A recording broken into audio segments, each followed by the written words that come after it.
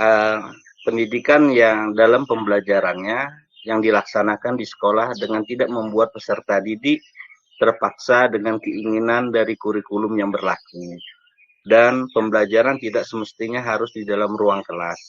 Dan tenaga pendidik pengajarnya pun bisa kita manfaatkan dari masyarakat yang mempunyai keahlian bidang tertentu yang memang bisa menambah wawasan pembelajaran anak-anak selain dari Bapak Ibu guru yang ada di sekolah.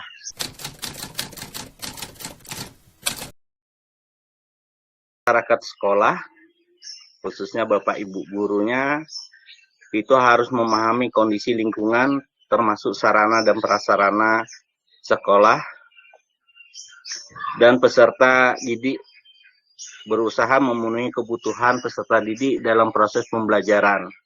Misalnya lingkungan sekolah yang ada di sekolah kami gunakan untuk tempat belajar anak-anak. Kami membuat kebun sekolah atau kandang kambing, kolam renang, kolam ikan, kolam terpal, itu sebagai media pembelajaran. Nah, itu pun peran serta dari orang tua yang membantu kami dalam membuat fasilitas itu, bergotong royong bersama-sama sehingga proses pembelajaran yang kami lakukan di luar kelas itu bisa kami maksimalkan di lingkungan sekolah sendiri dengan membuat fasilitas yang ada. Nah, dan kemampuan dari peserta didik di bidang seni, olahraga maupun ekstrakurikuler lainnya juga sangat mendukung dengan kondisi lingkungan sekolah yang fasilitasnya kita bangun bersama-sama tanpa ada peran serta dari pemerintah pun kami tetap berjalan untuk memfasilitasi pembelajaran anak-anak dalam mereka melakukan ini merdeka belajar mereka lah. Jadi seperti itu diantara yang kami lakukan. Memang itu merupakan satu konsep yang pernah kami dapat bersama WWM Indonesia, bagaimana melibatkan masyarakat, dunia usaha, tokoh-tokoh yang masyarakat pendidikan yang bisa mendukung program-program yang kami canangkan. Anak-anak kami libatkan dalam mengambil keputusan dan kebijakan dalam belajar di luar. Misalnya kita belajar nanti kalau kita belajar di luar,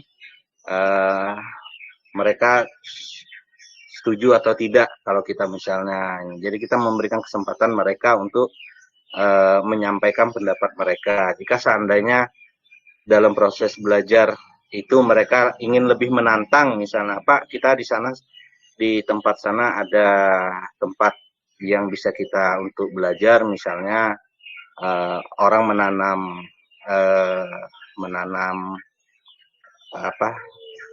kacang, orang membuka lahan untuk menanam kacang itu. Jadi kita datang sama-sama di sana melihati kondisinya bagaimana mereka menanam yang memang berhubungan dengan tema pembelajaran yang ada memang di sekolah itu diantaranya. Terus merdeka dalam mengambil keputusan kegiatan lomba yang mana mereka menjadi panitianya sendiri.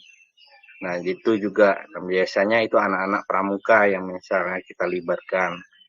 Terus dalam kegiatan aksi sosial membantu misalnya ada korban kebakaran, itu juga kita libatkan anak-anak dalam mengambil satu keputusan untuk bagaimana cara bisa membantu kegiatan-kegiatan itu. Terus pemilihan ketua kelas juga seperti itu.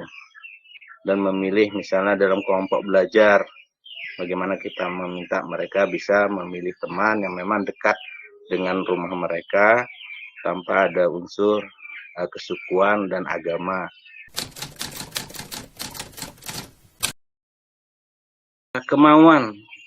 Kemauan dari tenaga pendidik, dari guru sendiri, Ibu. Kalau di tempat kami lah, karena saya merasakan dukungan dari masyarakat itu luar biasa. Orang tua, tokoh masyarakat, pihak perusahaan dan sebagainya. Nah, itu sangat mendukung kegiatan-kegiatan yang ada di ini. Ketika kita ingin melakukan sesuatu yang baru, kadang-kadang kendala itu yang kita hadapi itu dari tenaga pendidiknya. Nah, artinya yang memang kadang-kadang merasa sesuatu hal-hal yang baru itu kayak memberatkan. Nah, dalam kegiatan ini kalau tanpa ada kemauan dari guru sendiri, sehebat apapun program yang dibuat oleh pemerintah, kalau di lapangan kayak kami sebagai ujung tombak ini tidak mau melakukan, berat untuk bisa mendukung program yang diinginkan oleh pemerintah atau program yang ingin dilakukan oleh sekolah. Jadi tantangannya itu di situ, karena apa yang kita lakukan di sekolah itu adalah kita menjual produk kan. Produk yang kita lakukan terhadap anak-anak itu akan dirasakan oleh masyarakat di luar, oleh orang tua di luar, oleh orang tua murid.